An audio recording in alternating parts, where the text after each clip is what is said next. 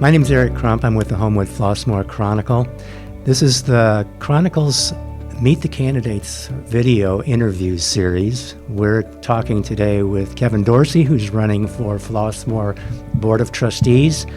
And Kevin's going to address some issues that have faced the village that have had to do with transparency and communication and inclusion, and sort of some ways he thinks the village can improve in those regards.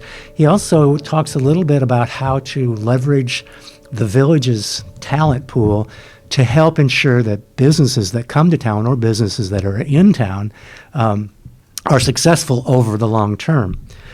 We also talk a little bit about how the community can be prepared to weather any challenges that come from some uncertainty and chaos at the federal level right now.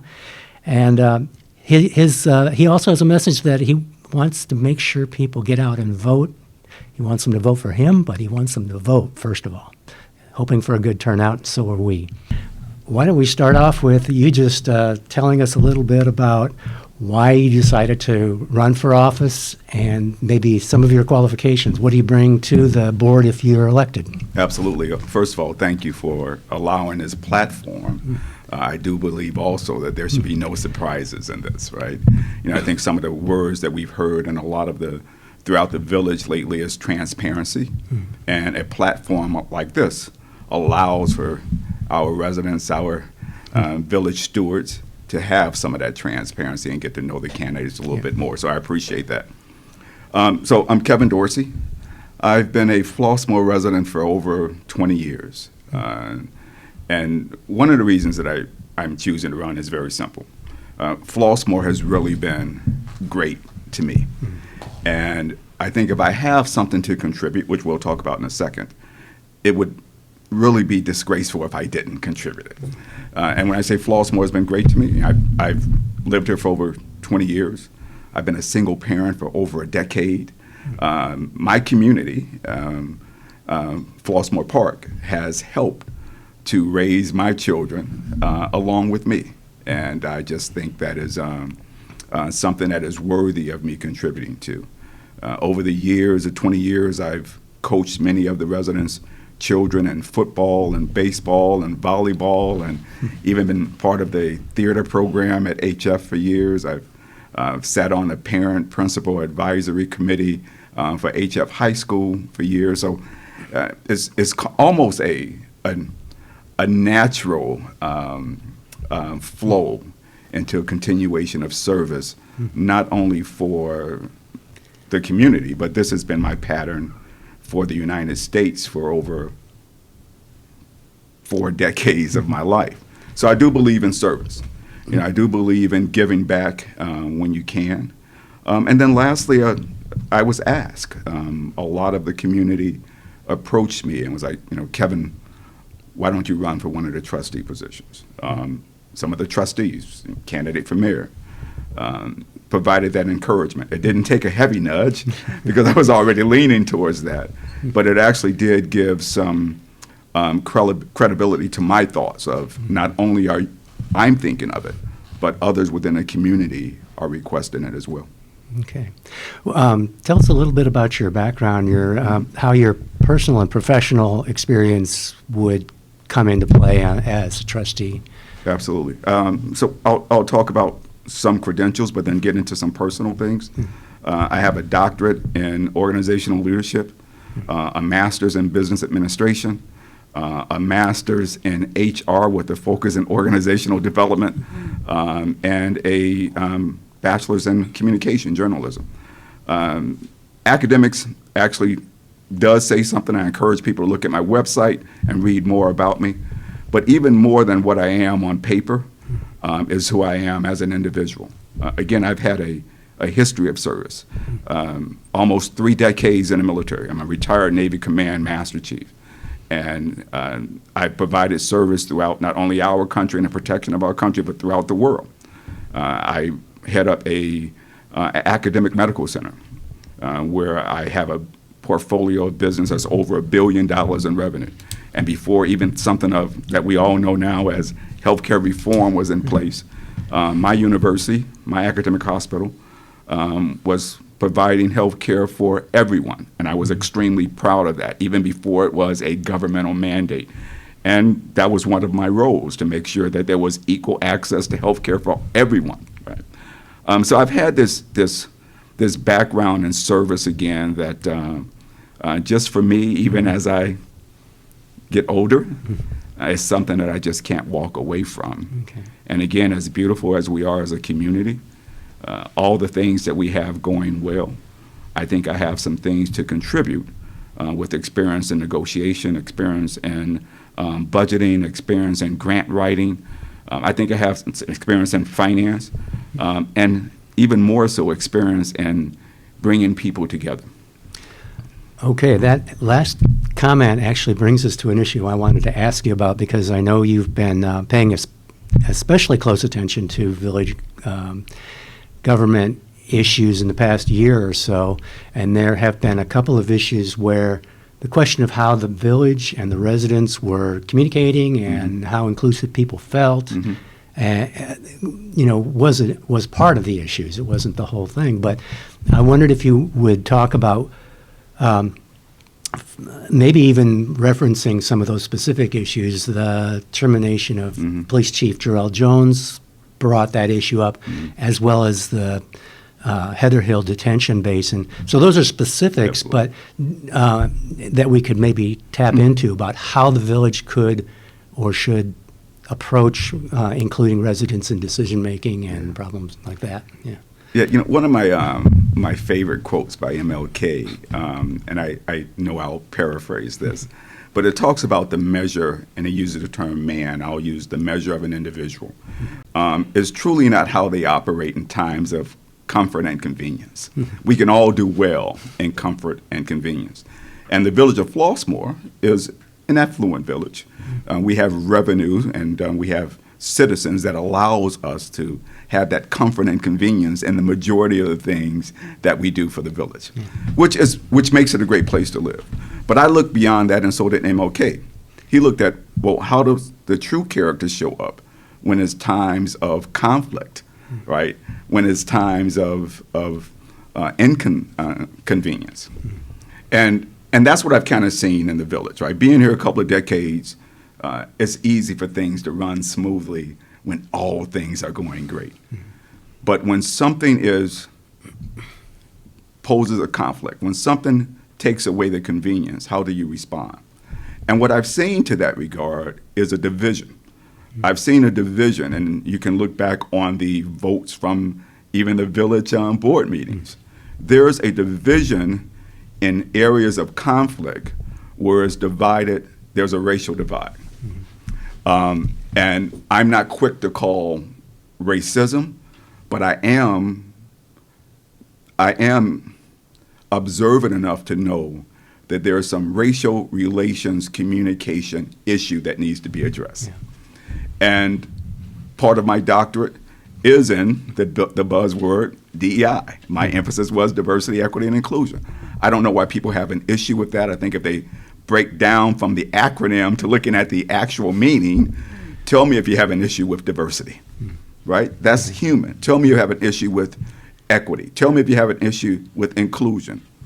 And I think if you look at those individually, no one should have an issue. But I think also sometimes our unconscious biases, and we all have them, allows us to make decisions that may not be inclusive. And I think that's what I've seen a little bit here. And even if you just look at the numbers, look at the racial split in some of the issues of controversy that has happened amongst the board. I happen to think that I have a skill that can bring people together and discuss an issue and actually break down some of that. That has been tested even within my military service. And I tell people all the time, it's one thing to talk to someone about breaking down their issues when it means, well, how do I go home what I truly believe? But I've been in conflict where I've had to break down issues with people, everyone's sitting in the room and everyone's armed, right? I mean, that's a whole different, way of this, negotiation. I have to bring a community of healthcare providers into a communist area to try and provide aid, and then you have the Communist Party saying, we don't want you there. And if you come here, you're in uniform. We don't care that you're healthcare professionals. But to be able to have those type of conversations and to be able to break down those type of biases, again, when everyone in the room is armed, I think I can add something to this village board when we go behind and have a closed session. Let's discuss this and bring the human element to it. And I think that's what everyone is thinking that we need now in this country. We need to make decisions based upon, let's be human, and let's have a sense of dignity in what it is that we do. So if you'd like me to touch on the Jarrell Jones issue and the retention basin. What kind of lessons do you take from how those played out? I think both of those we had an opportunity to communicate better. And I think, again, having someone behind closed doors that can say to you, you don't put in writing that you're questioning the speech of an African American. That's been part of the issue that has plagued us as a country, is putting out words that actually separate us from the rest of humanity, right? That happened. And you don't make promises that you can't keep. You don't promise that when all the information comes out, you're going to rally behind us and support, when you know there's never an opportunity for all of that information to come. And again, I just see some division in the way we communicate things. Could we have done things better and more appropriately with the retention basin issue? I was at one meeting, I think you were there, and one of the suggestions I gave was, let's show the end product, right? Let's show, yes, it looks horrible today, but let's put up something and show the end product. And sure enough, standing next to the mayor, the next day, that was on the fence. It was the end products. It's just ways of looking at, even if we're going to deliver a harsh message, how do we actually give that enough communication? And I don't think you can ever over-communicate. How do you share that enough and hear the response enough from the residents and the citizens and be open, and again, this word transparent enough? You're not going to please everyone. But when we make decisions behind closed doors, there's the term, what's done in the dark is going to come to light. And I think in both of these issues, there were some things that was made behind closed doors. There were some promises that were made that could never be lived up to. And again, I believe I have the ability to say, hey, let's think of things this way. How do we present it in this manner? And if people are willing to listen, I think as long as you give people the appropriate level of communication, appropriate level of information, then at least they have a trust in you that I know I'm going to get this straight scoop, as per se. But when we do things that causes controversy, you start losing that trust. I'm hoping I can help bring back that trust within our village and minimize some of that divide that we have. Okay. We could shift gears here a little bit. Are there communication and transparency obviously are very important to the residents and to the board. Are there other issues that would be top of your priority list in office that you want to see the village address or move forward on? Absolutely. Yeah. A couple of them, even things that I brought up in village board meetings. Our level of policing, our staffing for our first responders is something that really needs to be investigated. I know that we've had several of our police leaders, even dating back before Jarrell Jones, even now with Deputy Chief Taylor or Acting Chief Taylor. I know they're concerned with the number of officers we have on the street.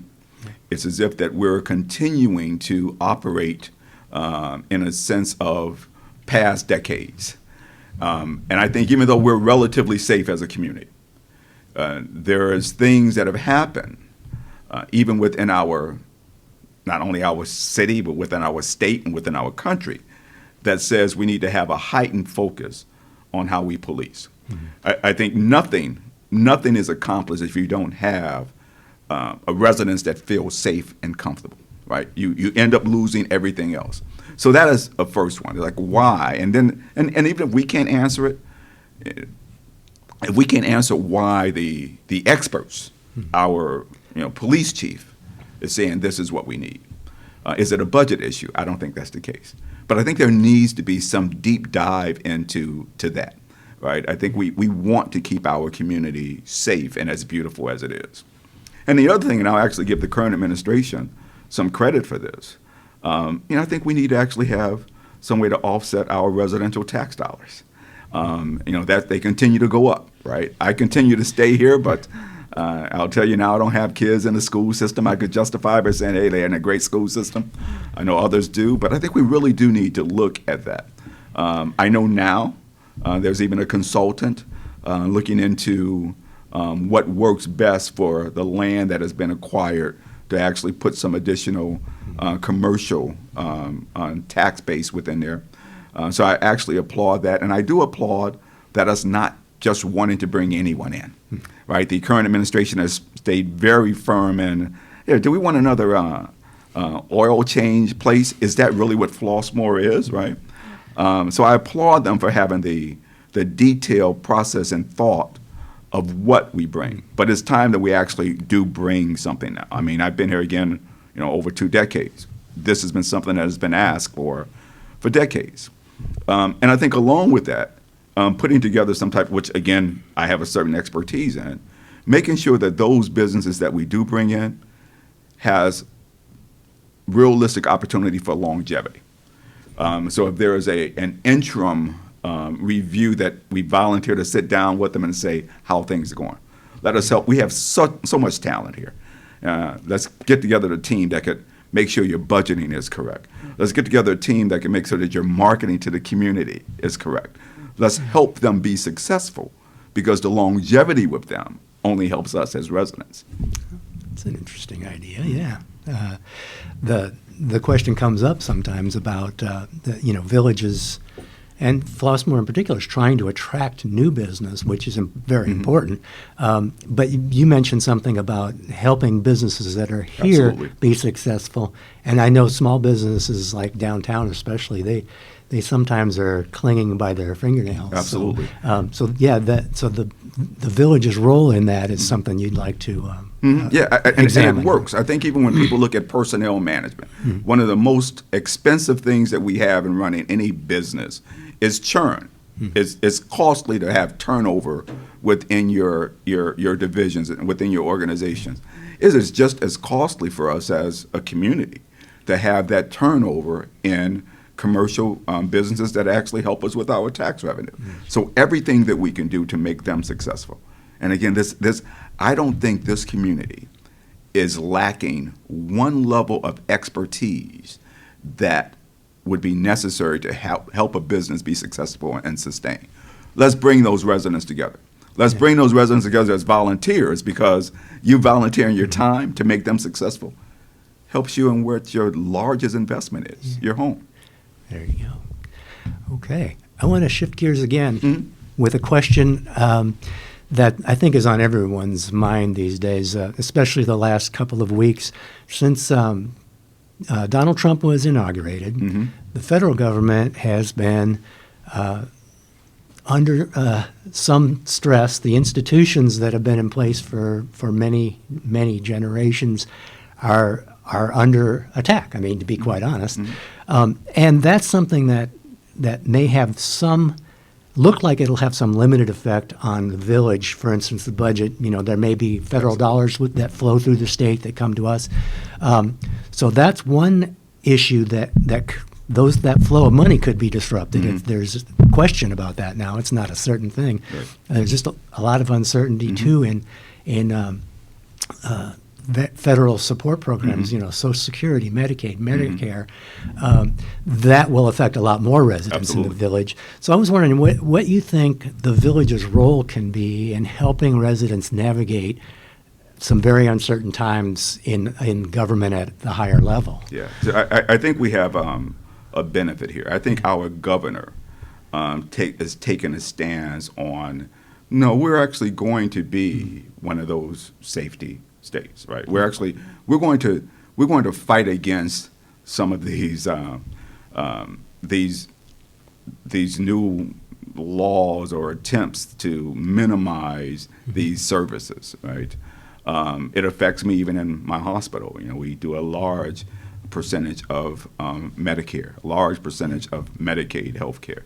And so there is a concern, right? Is a concern that we're actually turning a deaf ear or turning a blind eye to those who actually need us most. I think the community needs to be very active in sharing that level of communication, whether it be posting information on the community website, whether it be hosting a forum where we actually talk about the rights. And I think we have a good blueprint for it. If we follow what the state is doing, and again, luckily, us being in this state, there's tons of information that's been put out of how we plan to act as a state. So it's not even reinventing the wheel, right? It's taking and making sure, as you're doing here, that there's multiple platforms for educating our residents, being consistent what it is that our own state is doing, being consistent what it is that our sister cities of Chicago are doing. I'm very proud of how we're responding to some of the things that are happening now in our federal government. Some of the decisions are being put down. But we have a blueprint that we can follow. I was slightly disturbed at the last board meeting, you were there, when one of the trustees brought up an issue about making sure we provided appropriate education for our Hispanic brothers and sisters, our fellow neighbors, providing information to where they knew what their rights were, to where they had a appropriate link to go and find out, hey, what's the latest? And there was two words that came down.